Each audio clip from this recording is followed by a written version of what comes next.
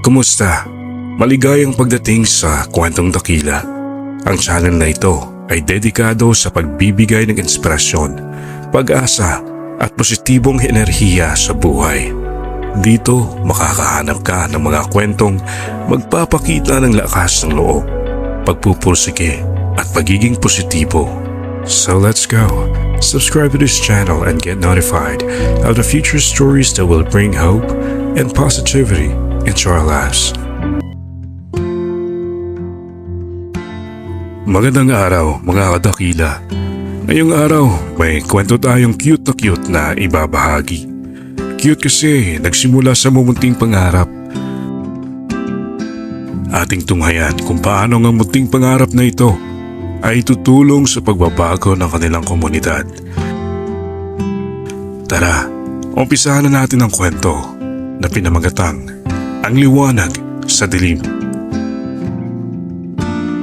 Sa isang maliit na nayon na napapalibutan ng mga luntiang palayan at kadagatan, nakatira si Julian, isang binatang lalaki na may mga mata na kumikinang sa pag-asa at isang puso na puno ng pangarap. Kahit na ang buhay sa kanilang nayon ay napapalibutan ng kadiliman na dulot ng kahirapan, hindi nawawala ang kanyang mga ngiti. Si Julian ay naiiba kumpara sa mga kapwa niya teenager sa kanilang bayan, na habang ang iba ay abala sa paglalaro at pagtulong sa mga magulang sa bukid man o minsan sa dagat, siya ay mas nasisiyahan sa pagbabasa ng mga libro tungkol sa science at imbensyon. Pinapangarap niyang makagawa ng mga bagay na makakatulong sa kanilang komunidad. Isang araw, habang naglalakad sila sa gilid ng dagat, napansin niya kung gaano kahirap ang buhay ng mga mangingisda. Maliit na bangka ang kanilang gamit at madalas ay kaunti lang ang kanilang mga nahuhuli. Naisip ni Julian na maaaring may paraan para mapabuti ang kanilang pamumuhay. Paano kaya kung may makina kaming magagamit para mas madaling mahuli ang mga isda? Naitanong niya sa kanyang sarili. Mula noon, naging obsesyon na ni Julian ang pag-imbento ng isang makina na makakatulong sa mga mangingisda. Nagsimula siya mag-eksperimento gamit ang mga lumang kagamitan na nakita niya lang sa kanilang bodega. Nagbabasa siya ng mga libro tungkol sa mechanical at electrical. Julian, anak, huwag mong masyadong pagurin ang iyong sarili, sabi ng kanyang ama. Marami ka pang oras para sa mga bagay na yan. Tay, gusto ko lang naman makatulong, sagot ni Julian. Naniniwala ako na kaya kong gawin to. Hindi lahat ay sumusuporta sa kanyang pangarap. May mga kaklase siyang nangaasar na tinatawag siyang baliw, pero hindi siya nagpatinag. Nanatili siyang positibo at patuloy na nagsumikap. Maraming beses na nabigo si Julian. May mga pagkakataong nasusunog ang kanyang mga daliri, nasisira ang kanyang mga gamit at nawawalan din ng pag-asa. Pero hindi siya sumusuko. Tumatayo siya at sinusubukang muli. Ang pagkabigo ay bahagi lamang ng proseso. Hindi ito ang katapusan. Kaya ko pang subukan. Oo, gagawa uli ako ng paraan. Matatapos ka rin to. Isang araw habang naglalakad siya sa medyo magubat na parte ng kanilang lugar, nakakita siya ng isang matandang lalaki na nasa halamanan. Nilapitan niya ito at nagpakilala. Manong, magandang hapon po. Ako po si Julian. Mayroon po akong inagawang proyekto. Baka po pwede niyo akong tulungan.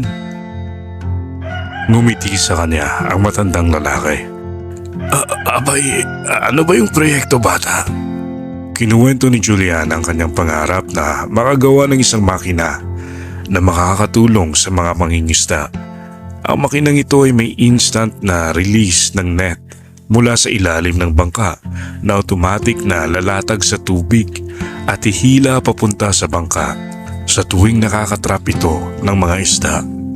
Nang sa ganon, hindi na kailangan pang sumisid ng mga mangingisda sa tubig at mapapagaan din ang kanilang gawain. Kaya nawika ng matanda, maganda ang iyong pangarap, bata. Pero tandaan mo, ang pinakamahalagang bagay ay ang iyong paniniwala sa iyong sarili. Tutulungan kita sa pagkukumpuni ng mga kailangang ikabit. Nandito rin ang iba kong mga apo na pwedeng tumulong sa atin. Manong, maraming salamat po. Hayaan nyo, magdadala ako ng merienda para may makain tayo habang gumagawa tayo. Maraming salamat po talaga. Matapos ang maraming buwan ng pagsusumikap, sa wakas ay natapos na ni Julian ang kanyang imbensyon. Sa tulong na din ng ibang taong natuwa at naniwala sa kanya, isang makina na maaaring magpabilis sa proseso ng pangingisda. Medyo kinakabahan si Julian habang inilulunsad ito sa dagat. Sana gumana ito, bulong niya sa sarili. Nang pinaandar na nilang makina, isang malakas na ingay ang umalingaw-ngaw at pagkatapos ay kumilos ang mga lambat, mas mabilis at mas mahusay kaysa sa karaniwan. Ang mga mangingisda ay namangha.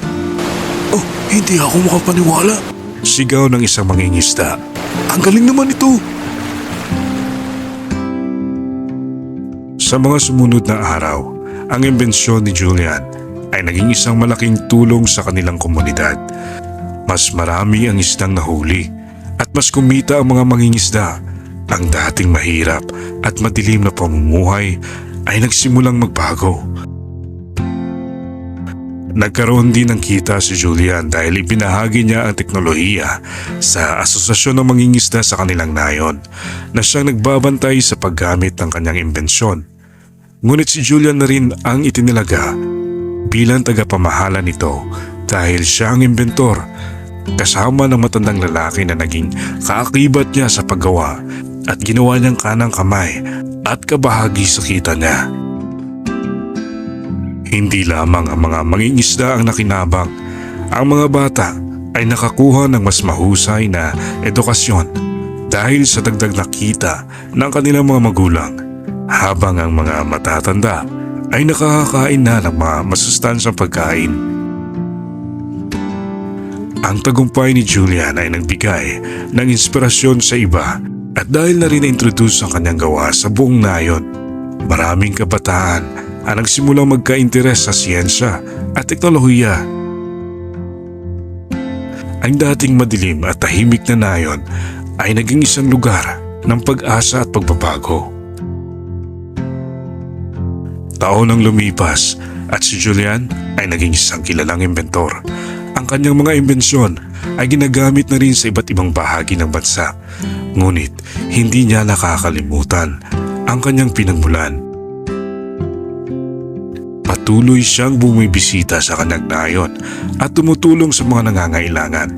Sa bawat tagumpay, hindi nawawala ang kanyang pagpapasalamat.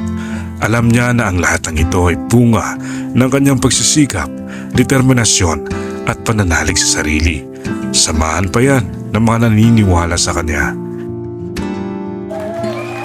Ang buhay ay puno ng pagsubok, ang sabi ni Julian habang nasa entablado sa harapan ng mga estudyante ng kanilang dating paaralan na nag-imbita sa kanya para maging panauhing pandangal at magsalita sa isang high school graduation. Pero kung mananatili kang positibo kahit na patuloy kang sinusubukan, malalampasan mo ang lahat ng ito. Ang pinakamalagang bagay ay yung paniniwala sa iyong sarili. Mahalaga rin na pangalagaan natin ang ating relasyon sa mga taong naniniwala sa ating pangarap. At sa bawat hamon na kanyang hinarap, si Julian ay patuloy na nagniningning, isang liwanag sa dilim. Isang inspirasyon sa lahat. Maraming salamat mga dakila sa pakikinig sa ating kwento ngayong araw. naway nagdulot ito ng magandang inspirasyon at pag-asa sa pagiging positibo sa buhay. Don't forget to click the notification bell so you get notified every time the story is uploaded. Ito ang kwentong dakila. Hanggang sa uulitin mga kadakila, mag-ingat kayo. Paalam.